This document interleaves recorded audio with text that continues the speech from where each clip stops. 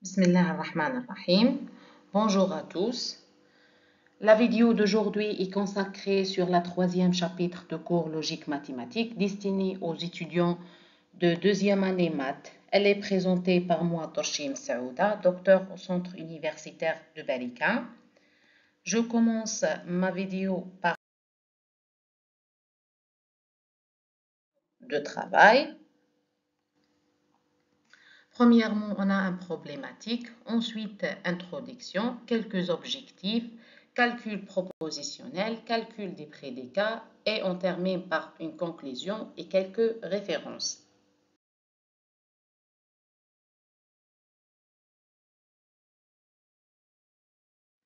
Introduction.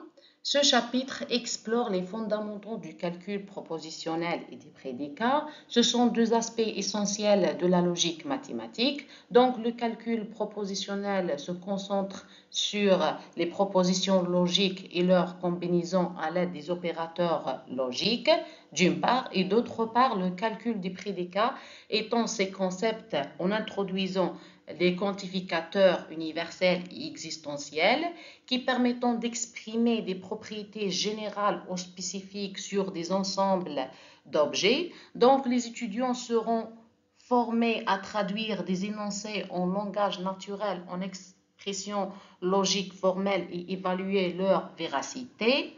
Alors, ce chapitre fournit les outils nécessaires pour structurer des arguments logiques et résoudre des problèmes complexes dans les domaines des mathématiques et de l'informatique.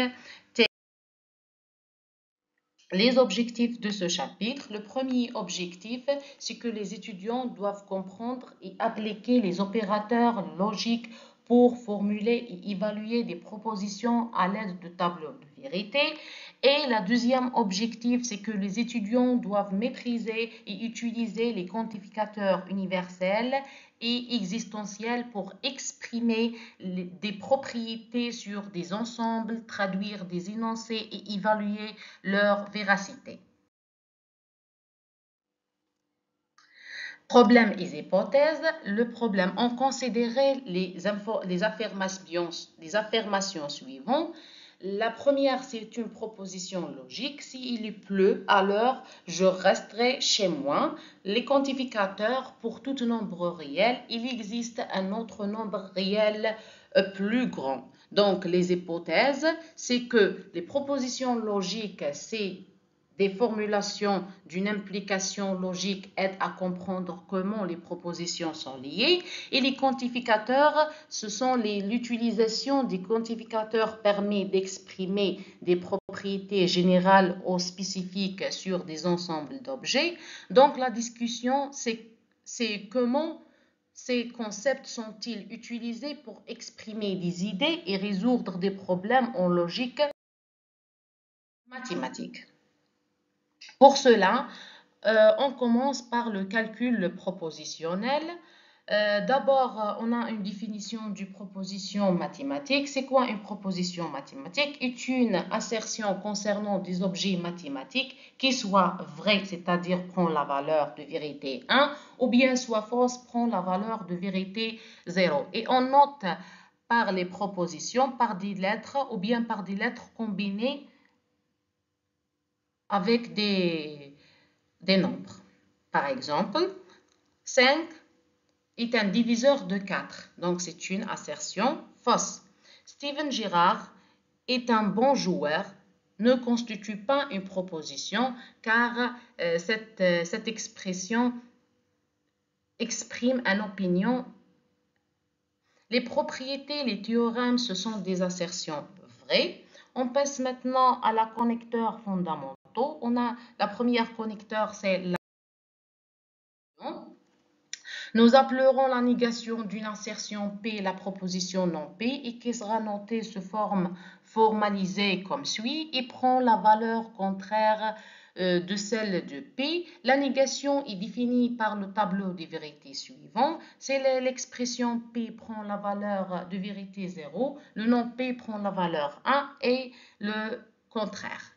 La deuxième connecteur, c'est le conjonction et la disjonction. Les connecteurs binaires conjonction et disjonction notés respectivement par les deux symboles sont définis par la table de vérité suivante.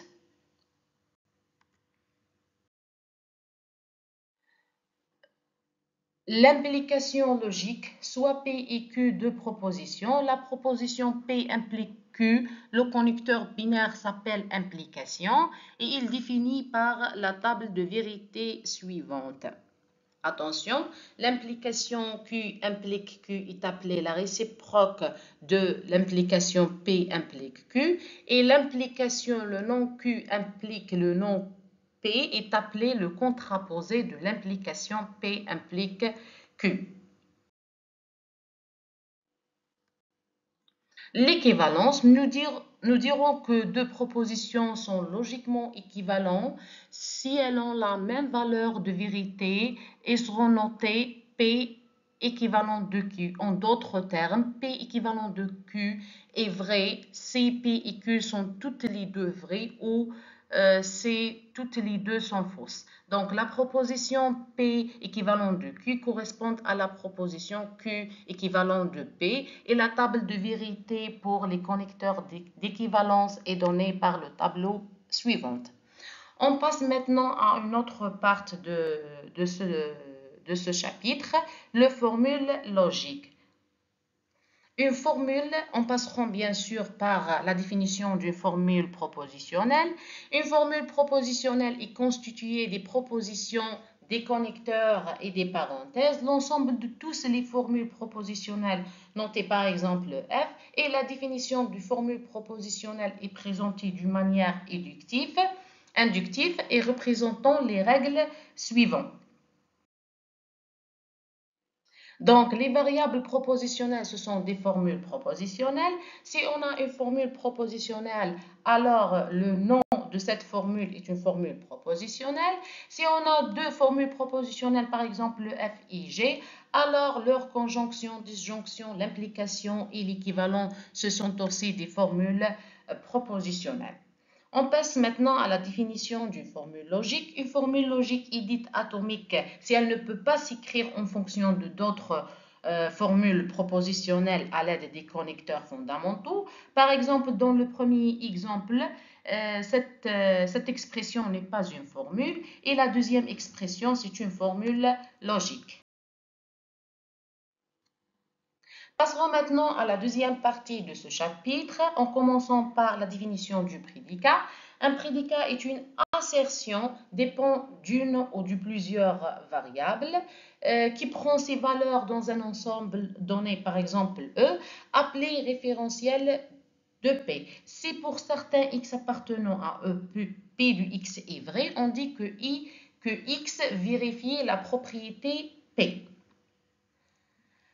Exemple, soit le prédicat P du x est égal à sinus du x égale cos x ou x appartenant à R, alors x vérifie la propriété P si et seulement si x est égal à cette quantité. On passe maintenant à une autre partie, c'est les quantificateurs universels et existentiels. On commence par une définition. L'assertion, quel que soit x appartenant à U, P du x, x', que tous les éléments du x vérifient la propriété P. Donc, le symbole, quel que soit, est appelé quantificateur universel.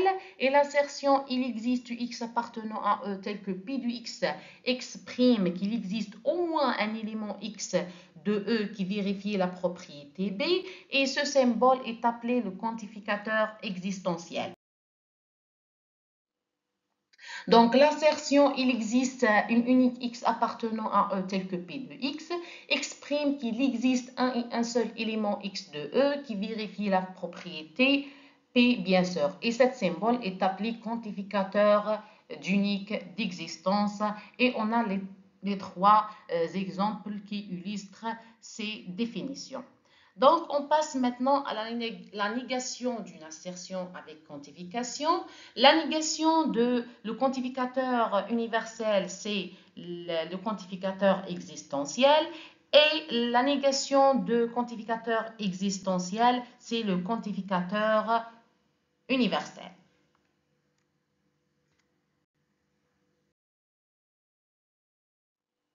En conclusion, la maîtrise des concepts de calcul propositionnel et des prédicats est fondamentale pour développer des compétences en logique et en raisonnement mathématique en comprenant comment formuler et analyser des propositions logiques et en utilisant les quantificateurs pour exprimer des propriétés sur des ensembles.